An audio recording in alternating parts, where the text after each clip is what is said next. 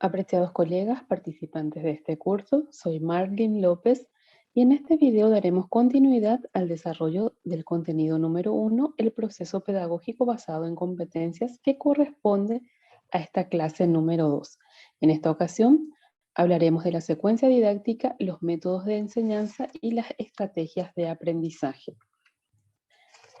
Al hablar de secuencia didáctica, debemos decir que estas son un conjunto articulado de actividades de aprendizaje y evaluación diseñadas para el logro de determinadas metas educativas que en este enfoque de educación basada en competencias justamente son las competencias propuestas en el programa curricular. La secuencia didáctica se compone de las siguientes fases. El punto de partida es la situación problema del contexto, lo que nos lleva a reflexionar acerca de cuán importante es contextualizar las competencias y las capacidades que se encuentran en el programa de estudios. Es mediante esa contextualización que las competencias y las capacidades adquieren sentido para el estudiante. Entonces, toda secuencia didáctica parte de esta reflexión y de este procedimiento de contextualizar los aprendizajes que se desarrollarán en los estudiantes. Los siguientes elementos, competencias y capacidades, como ya hemos dicho, están impuestas por el programa de estudios. El docente adquiere mayor protagonismo e injerencia en el diseño de actividades de enseñanza y aprendizaje que indican las acciones que realizará el docente para enseñar y las actividades que movilizará el estudiante para de manera autónoma y autorregulada construir sus aprendizajes.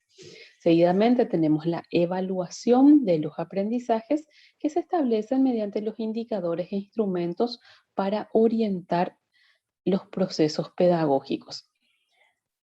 La secuencia continúa con la planificación de los recursos que serán necesarios para desarrollar esta actividad didáctica. Y por último, pero no menos importante, por el contrario, sumamente importante, tenemos el proceso metacognitivo. Son las estrategias que diseña el docente para que el estudiante reflexione sobre su proceso de aprendizaje, de modo para que pueda autorregularlo y pueda desempeñarse de forma autónoma. Esta secuencia didáctica, en esta ocasión, la estudiaremos hasta las actividades de enseñanza y aprendizaje, ya que el contenido número 2 justamente se desarrollará la evaluación.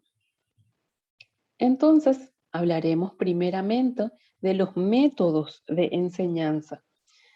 Estos constituyen un conjunto de procedimientos ordenados, metódicos y contextualizados que se aplican para propiciar el aprendizaje. El docente diseña las estrategias de enseñanza a partir de los métodos que aplicará para encauzar su proceso pedagógico. La selección de estos métodos dependen primeramente de la capacidad y la competencia a la que corresponde y que se van a desarrollar en esta secuencia didáctica. Además de este criterio, debe tener en cuenta otros como son las características propias de la disciplina en el currículum, la estructura lógica de esa disciplina, los estilos de aprendizaje, el ritmo de aprendizaje de los estudiantes, el horario de la clase, el tamaño del grupo, el presupuesto temporal para el desarrollo de clases, los recursos disponibles y otros factores que puedan ser determinantes para la implementación de ese método. En esta lista que tenemos en pantalla, veremos algunos de los métodos propuestos para la enseñanza. En la educación basada en competencia, el proceso pedagógico se caracteriza por la implementación de métodos activos, innovadores y que permitan el protagonismo de los estudiantes. En ese sentido, podemos mencionar algunos de estos métodos que irán profundizando y contextualizando específicamente en las características de la disciplina en los talleres siguientes a este. Tenemos por un lado el método Polya, que es un procedimiento para resolver problemas compuesto de 4 pasos. Comprender el problema es el primer paso, seguidamente concebir el problema de solución, luego ejecutar el plan de solución y por último examinar el resultado. Este método se concibió primeramente para la enseñanza de las matemáticas. Sin embargo, su aplicación se extiende a otras áreas del saber. También tenemos el método indagatorio, que es un ciclo de aprendizaje para el desarrollo de las ciencias, que también incluye 4 pasos, pero en este caso, esos pasos son la focalización, la exploración, la reflexión y la aplicación. Este método de enseñanza fue concebido inicialmente en el marco de la aplicación del método científico y la enseñanza de las ciencias. Sin embargo, cada uno de estos pasos son posibles de ser aplicados en otras áreas del saber. También tenemos el aprendizaje cooperativo, que consiste en la formación de grupos reducidos y heterogéneos con el fin de obtener un producto colectivo. El siguiente método que vemos en la lista es el estudio de casos, que consiste en la proposición de una situación compleja como punto de partida para el desarrollo de los aprendizajes. El análisis y la búsqueda de solución para esa situación compleja que se plantea permite al estudiante construir su aprendizaje en torno a las capacidades que debe desarrollar. Otro de los métodos que tenemos es la gamificación, que consiste en la utilización de estrategias y recursos lúdicos para propiciar el aprendizaje a través del juego. Así también tenemos los grupos interactivos, que se asocian con el aprendizaje cooperativo. En este caso, a los grupos reducidos y heterogéneos se incorpora la figura de un voluntario que acompaña el proceso de estos grupos. Cada equipo de trabajo debe realizar una tarea determinada en un tiempo determinado para luego rotar a la siguiente tarea. De esta manera, en un corto tiempo, cada equipo realiza diferentes tareas que permiten construir su aprendizaje en función a la capacidad. También tenemos el aula invertida, que requiere que los estudiantes estudien y preparen las lecciones fuera de la clase para que una vez en aula pasen a la aplicación de esos conocimientos adquiridos en los contextos específicos. Esta estrategia promueve la responsabilidad y por lo tanto la autorregulación y la autonomía de los estudiantes. También tenemos el aprendizaje basado en el pensamiento, que consiste en la aplicación de razonamientos de orden superior y de rutinas del pensamiento cognitivo que el estudiante moviliza mediante las preguntas, infografías, casos que propone el docente. Podemos mencionar además otros métodos de enseñanza, como son el aprendizaje basado en proyectos, que tiene mucha importancia en este enfoque basado en competencias, así también el aprendizaje basado en problemas, el pensamiento de diseño. Todos estos métodos movilizan las competencias, movilizan las destrezas, habilidades, actitudes, los conocimientos que se requieren para desarrollar una competencia. A través de estos métodos, el estudiante se constituye en un verdadero protagonista de su aprendizaje a través de una participación activa en este proceso. Es importante que como docentes en el diseño de nuestra secuencia de nuestra secuencia didáctica nos desapeguemos de esa estructura tradicional de clases que consiste en la proposición de un material informativo, en la exposición de contenidos por parte del docente y una propuesta de actividades o ejercicios directamente relacionados con el material informativo. De esta manera, coartamos la posibilidad de que el estudiante desarrolle las destrezas, habilidades, conocimientos, actitudes que requiere para construir su aprendizaje. Estos métodos y otros propuestos que irán viendo a lo largo de este curso en los siguientes talleres pueden asociarse, complementarse, reestructurarse, rediseñarse en función a las metas propuestas por el docente y a las necesidades y características específicas del grupo de estudiantes. Así como tenemos los métodos de enseñanza, es importante que estos se complementen con estrategias de aprendizaje que propone el docente para que los estudiantes desarrollen su autonomía y autorregulación.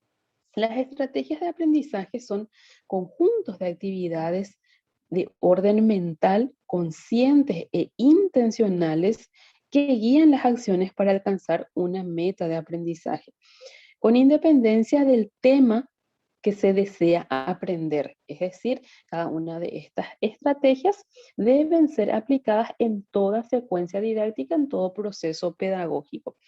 Las estrategias didácticas son propuestas, las estrategias de aprendizaje, digo bien, son propuestas por el docente desde su rol de guía, mediador, orientador del aprendizaje, para que el estudiante la pueda implementar, desarrollar y constituirse en un hábito. Entre las estrategias de aprendizaje tenemos las estrategias básicas para la comprensión, que incluyen estrategias de atención, de procesamiento y organización de la información. También las técnicas de estudio que los estudiantes pueden implementar hasta adquirir el hábito de estudio. Las estrategias de aprendizaje para procesos de pensamiento superiores, como son la resolución de problemas, el pensamiento crítico, el pensamiento creativo y las estrategias de aprendizaje autónomo. El docente es quien diseña estas estrategias que conducen a un aprendizaje profundo y no superficial. Por ello es necesario orientar a los estudiantes para que por medio de la realización de actividades y tareas en las que se favorezca la comprensión a través de la organización y la elaboración de nueva información puedan construir efectivamente su aprendizaje. Tanto las estrategias de aprendizaje como los métodos de enseñanza deben guardar coherencia con las competencias y las capacidades a desarrollar. Veamos en estos ejemplos precisamente de secuencia didáctica y la coherencia que deben encerrar. Tenemos por un lado en el primer ejemplo la competencia de la disciplina de física, que se enuncia como resuelve situaciones problemáticas referidas a fenómenos del entorno que requieran de los principios y de las leyes de la física. La capacidad que se desagrega de esta competencia es resuelve problemas referidos a magnitudes vectoriales. En este sentido, entre las actividades de enseñanza-aprendizaje, el docente puede optar por implementar el método Polya, que justamente se aplica para la resolución de problemas. Además, puede proponer estrategias para el proceso de aprendizaje superiores, específicamente planteamiento y resolución de problemas. Vemos que la secuencia didáctica tiene coherencia en su conjunto y apunta directamente a la capacidad y a la competencia a desarrollar. En el siguiente ejemplo, vemos la competencia que dice comprende y produce textos orales y escritos en respuesta a las necesidades comunicativas personales, afectivas, sociales, culturales y o laborales en procesos de interacción en los diferentes ámbitos informales como formales. La capacidad desagregada analiza las características, los usos, las finalidades y el contenido de textos científicos, artículo de divulgación. En este caso, directamente asociada con la condición de la capacidad y de la competencia, el docente puede optar por implementar el método indagatorio y proponer estrategias de aprendizaje para el proceso de aprendizaje superiores, específicamente estrategias para el pensamiento crítico. Además de esta coherencia existente entre cada uno de los componentes de la secuencia didáctica, no debemos olvidar que las actividades propuestas y diseñadas según los métodos que se empleen y las estrategias que se propongan deben contemplar el nivel de dominio taxonómico que está relacionado con la enunciación de la competencia y también las diferentes dimensiones del saber, como el saber ser, el saber hacer y el saber conocer, en la que se articulan las competencias. De este modo, cerramos el desarrollo del contenido número 1 de esta clase número 2. Seguidamente encontrarán en la plataforma la actividad de evaluación. La misma tiene un periodo de realización de 90 minutos y 2 intentos permitidos por cada participante. El cuestionario de evaluación se cerrará el 29 de julio a las 23:59, así que organicen su tiempo para poder completarlo en tiempo y en forma. Seguiremos con la siguiente actividad de aprendizaje que corresponde al contenido número 2. Hasta entonces.